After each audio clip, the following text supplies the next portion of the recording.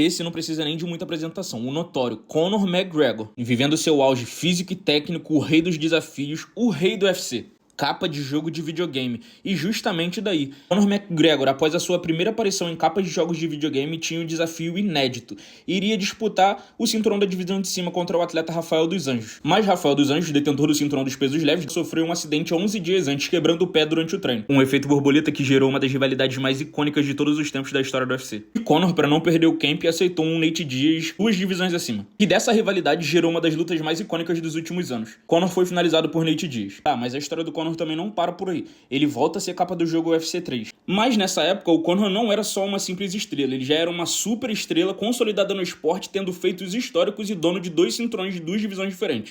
E depois de retornar, Conor tinha uma super luta contra o russo Khabib Nurmagomedov, que é uma das maiores rivalidades da história de todo mundo da luta.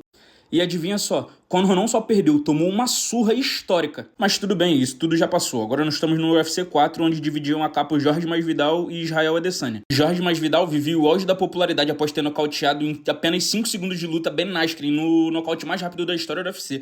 Um nocaute que foi parar até no Guinness Book. Só que depois de ter aparecido na capa do jogo, Jorge Masvidal sofreu um nocaute brutal para Kamaru Usman. Só que do outro lado tinha o Israel Adesanya, que parecia ter quebrado a maldição, até porque lutou com um atleta borrachinha e tratorizou com ele.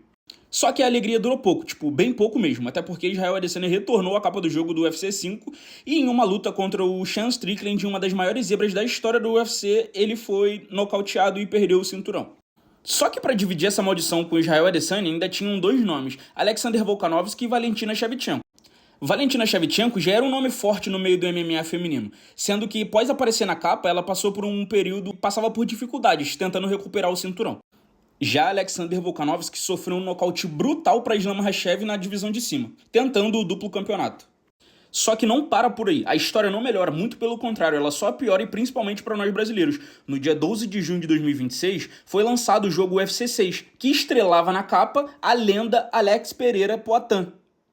Coincidentemente, 2 dias depois, apenas 2 dias depois, Alex Pereira fazia um dos feitos inéditos na história da organização, tentando o 3º campeonato em 3 divisões diferentes, no maior palco da história do MMA.